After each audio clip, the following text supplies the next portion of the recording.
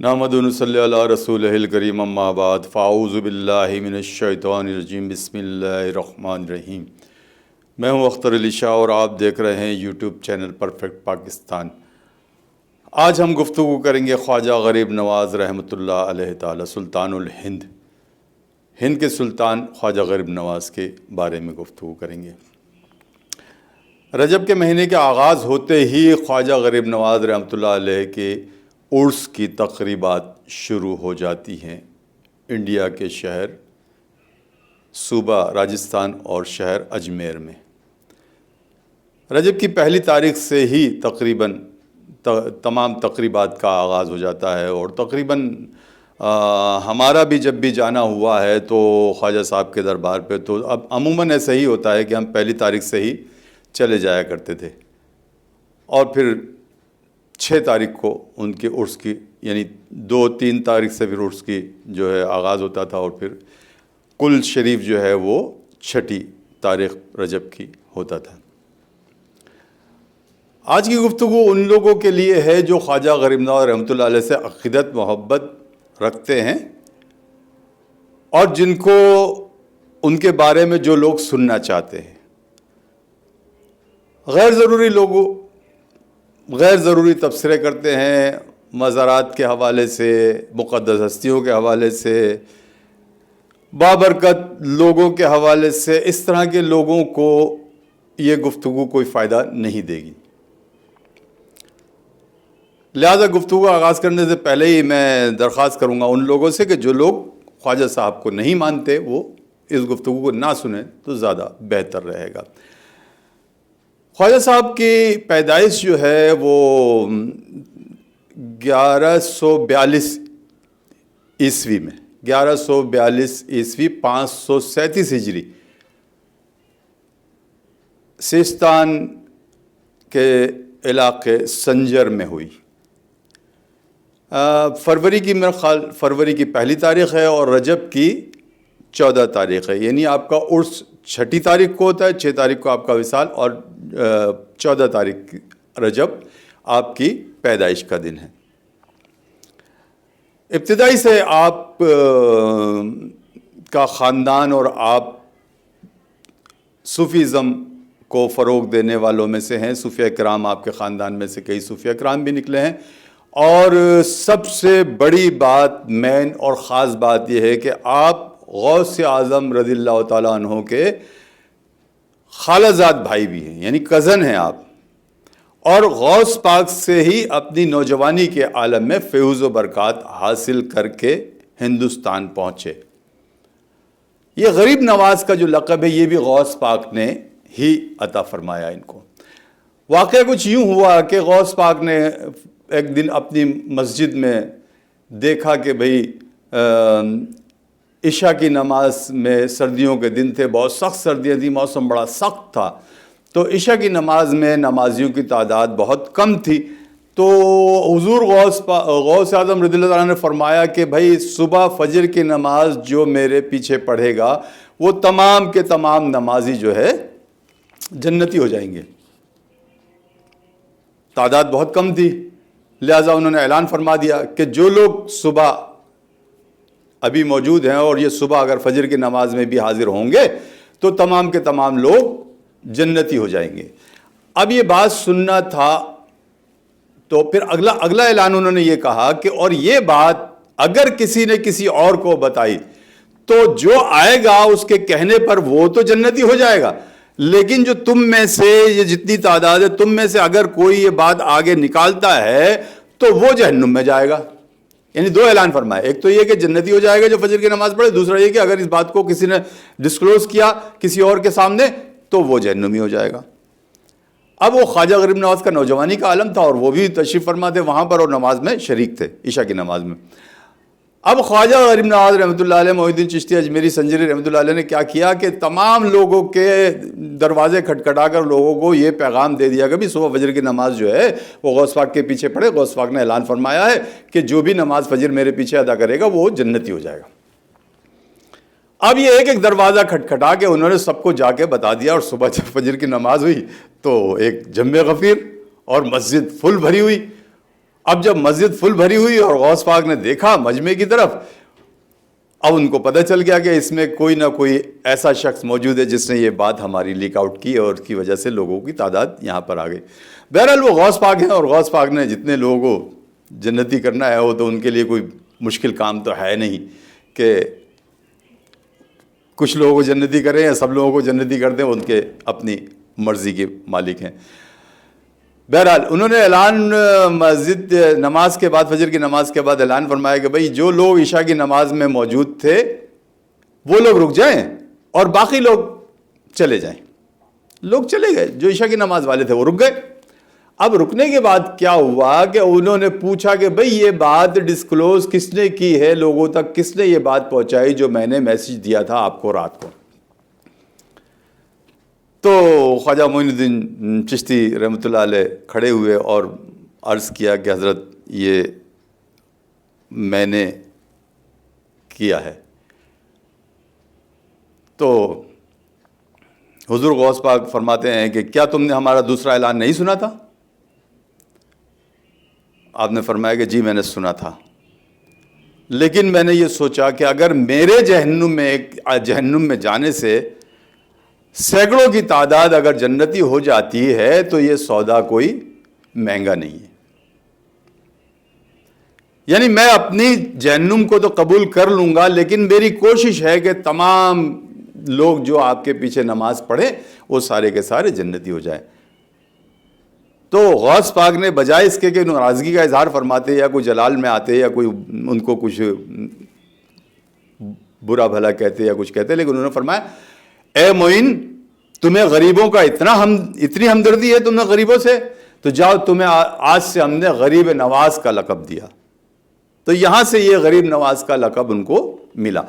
پھر آپ تشریف لے آئے پاکستان کا علاقہ لاہور، اور لاہور میں داتا صاحب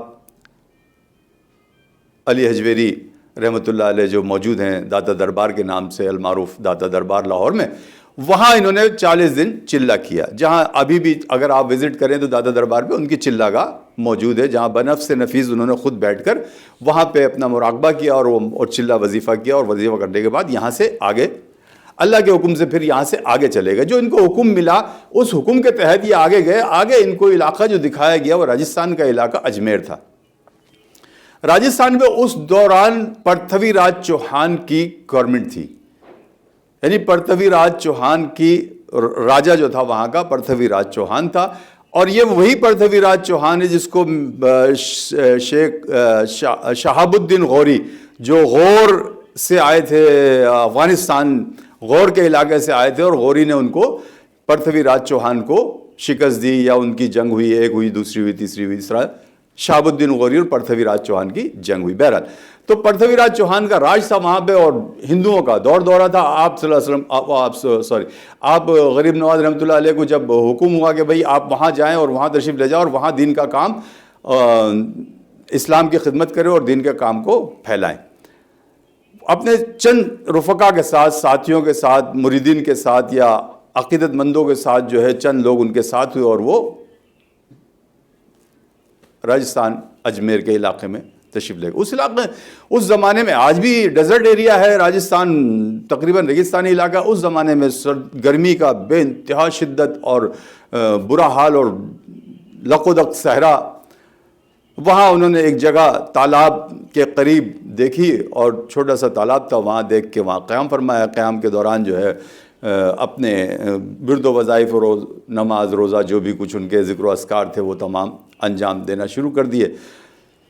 صبح ہوئی تو پتہ چلا کہ وہاں پر راجہ کے اونٹ آئے، اور آج بھی راجستھان میں اونٹ پالنے کا رواج بہت زیادہ ہے، کیونکہ ڈیزرٹ ایریا ہے تو اونٹ ایک خاص ان کی وہاں کی جو ہے ایک پیداوار ہے، اور ان کا بزنس اونٹوں پہ۔ اس زمانے میں بھی یہی حال تھا، یعنی اب 1000 سال پیچھے کی بات ہے۔ تو اس زمانے میں بھی وہ اونٹ لے کے آئے ان کے خادمین، اور کہا کہ بھئی یہاں سے اٹھ جائیں آپ لوگ، یہ راجہ کے اونٹوں کے بیٹھنے کی جگہ ہے۔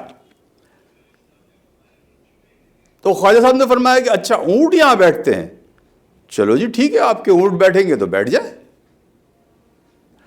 اب کیا ہوا جناب عالی، وہاں اونٹ بیٹھ گئے، اور خواجہ صاحب نے اپنا بوریا بستر اٹھایا, دوسری جگہ شفٹ ہو گئے, ذرا سا آگے پیچھے ادھر ادھر جا کے انہوں نے اپنا قیام شروع کر دیا.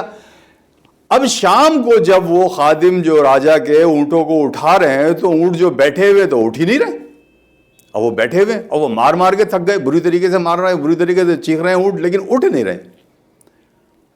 اب راجا کو خبر دی کہ بھئی ایسا ایسا معاملہ ہو گیا, اونٹ اٹھ نہیں رہے, تو کیا کیا جائے. اس نے بولا اچھا ایسا کرو, کیا ہوا, واقعہ کیا ہوا. تو بولے جی کوئی بابا جی تھے, کوئی گرو جی, انہوں نے کہہ دیا کہ بھئی اونٹ یہاں پہ بیٹھیں گے تو بیٹھے ہی رہیں گے. انہوں نے کہا ٹھیک ہے جی, بابا جی کو ڈھونڈو اور ڈھونڈ کے ان سے کہو کہ بھئی ہمارے اونٹ اٹھائیں.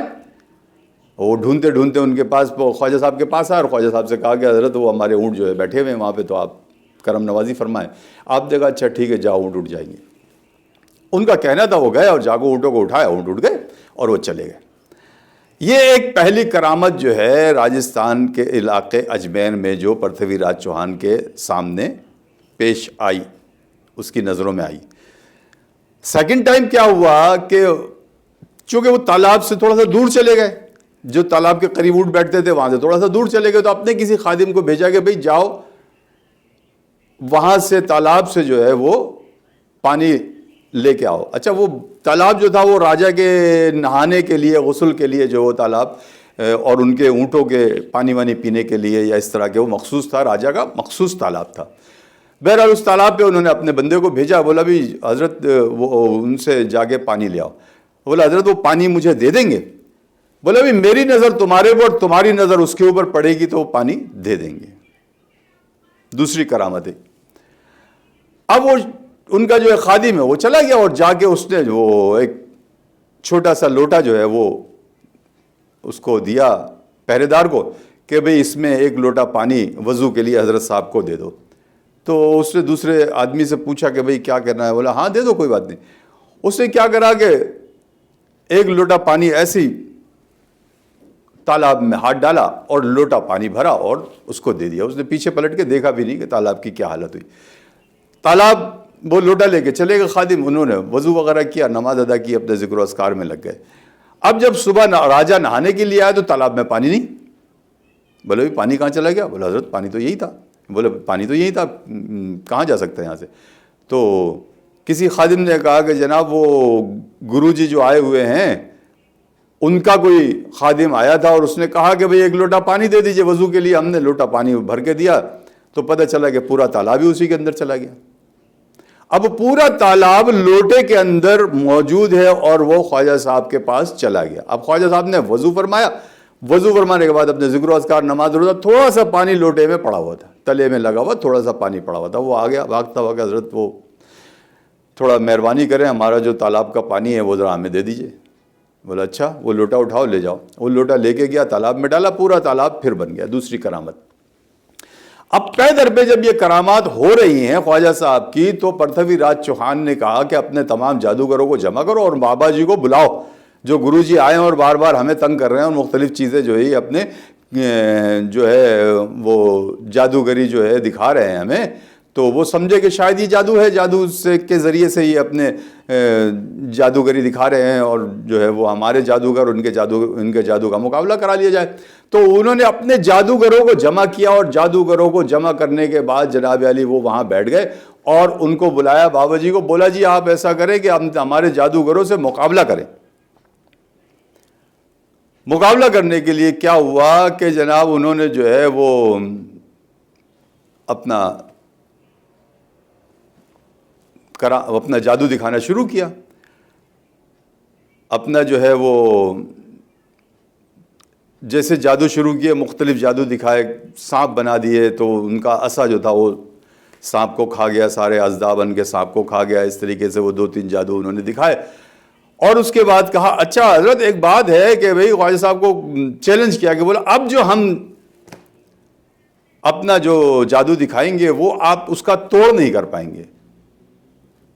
تو خواجہ صاحب نے کہا جی دکھائیے. تو انہوں نے کیا کیا کہ تمام جو تھے پنڈت اور وہ جو جادوگر تھے وہ اڑنا شروع ہوئے, اوپر اڑنا شروع ہوئے. اب وہ اوپر تک جب چلے گئے اڑ کے تو کہا کہ بھئی اب آپ جو ہے ہمارے اس جادو کا توڑ کریں. انہوں نے کہا جی آپ تو خود اڑے ہیں, ہماری تو کھڑاؤں اڑتی ہے, جو پاؤں میں لکڑی کا چپل پہنتے ہیں وہ کھڑاؤں. وہ انہوں نے ایسے ہوا میں اچھالی، دونوں کھڑاؤں اوپر گئیں، اور وہ جو پنڈت اور جادوگر تھے ان کے سر تو گنجے تھے، ان کے سر کے اوپر تڑ تڑ تڑ تڑ پڑتی ہوئی نیچے ان کو گھسیٹتی ہوئی لے آئیں۔ اب وہ جب نیچے آگے گرے تو سمجھے کہ بھئی تو ہمارا جادو ہی فیل ہو گیا، اور وہ حضرت تو اڑے بھی نہیں، اور ان کے جو جوتے جو تھے وہ اڑنا شروع ہو گئے۔ لیکن ولیوں کے جوتوں کی کرامت یہ ہے، لوگ اپنے سروں پر کیوں رکھتے ہیں کہ انسان کی عقل جو ہے اس کے پردے ہٹ جاتے ہیں۔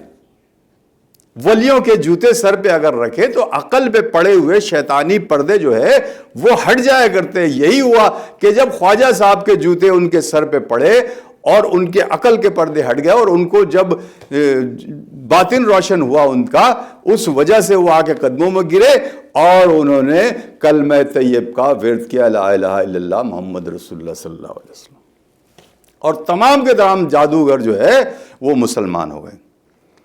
اس کو دیکھتے ہوئے تو پرتھوی راج چوہان کے دربار میں بہت سارے لوگ موجود تھے، وہ بھی سارے مسلمان ہو گئے۔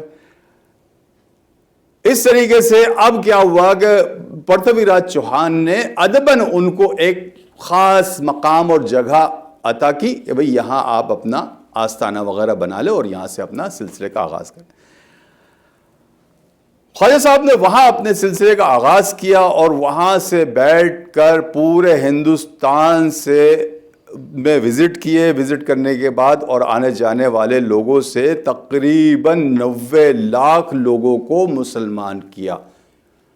اور آج بھی جب انڈیا میں ان کا عرس منعقد ہوتا ہے تو جو آخری تقریب کل کی ہوتی ہے اس میں ہندوستان کا جو بھی وزیر اعظم ہو وہ اس تقریب میں شریک ضرور ہوتا ہے، اور آخری چادر جو ہے وہ وزیر اعظم اپنے ہاتھ سے چڑھاتا ہے، چاہے وہ کوئی بھی ہو۔ یعنی ہم جب گئے تو اس وقت راجیو گاندھی وزیر اعظم تھے، اور وہ خود تشریف لائے اور وہاں آ کے انہوں نے اپنی چادر چڑھائی۔ اور اس دفعہ بھی اگر آپ نے غور کیا ہو یا دیکھیں تو مودی صاحب گئے ہیں اور جا کے انہوں نے آخری رسومات کی چادر چڑھائی۔ تو اس طرح خواجہ صاحب کی جو ہے کرامات، بے شمار کرامات، اور آج بھی ہندوستان میں یہ سمجھیں کہ سلطان الہند ان کو کہا جاتا ہے۔ پورے ہندوستان میں تمام اقوام اور تمام مذاہب مل کر ان کو مانتے ہیں۔ ان کے جو پیر و مرشد تھے خواجہ عثمان ہارونی رحمۃ اللہ علیہ، جو بیعت ہوئے وہاں سے آنے کے بعد، خواجہ صاحب جہاں انڈیا میں بیعت ہوئے جن کے ساتھ، خواجہ عثمان ہارونی رحمۃ اللہ علیہ، ان کے بارے میں بہت سارے لوگ نہیں تھے، ان کی بھی کچھ گفتگو ہے، کسی اور وقت پہ کریں، وہاں یہاں اتنا گفتگو کو پھیلانا مقصود نہیں ہے، خواجہ صاحب کے ٹاپک پہ گفتگو کر رہے ہیں۔ تو بہرحال خواجہ غریب نواز رحمۃ اللہ علیہ کے دربار پہ آج بھی ہندو، مسلم، سکھ، عیسائی، جین، پارسی، گوتم بدھ اور یہ جتنے بھی بدھسٹ ہیں، یہ سارے لوگ آ کے اپنا سر جھکاتے ہیں۔ آج کے دور میں جو ولیوں کے مخالف ہیں ان کے منہ پر ایک تماچا ہے، یہ ان کا مزار، کہ جو لوگ مسلمان ہو کر ولیوں کے بارے میں بد زبانی کرتے ہیں، ولیوں کے بارے میں بد کلامی کرتے ہیں، لعنت ہے ان کے منہ کے اوپر کہ بھائی وہ لوگ جو ہے آنکھوں سے دیکھ نہیں رہے کہ حضور خواجہ غریب نواز رحمۃ اللہ علیہ کا سکہ پورے ہندوستان میں چل رہا ہے۔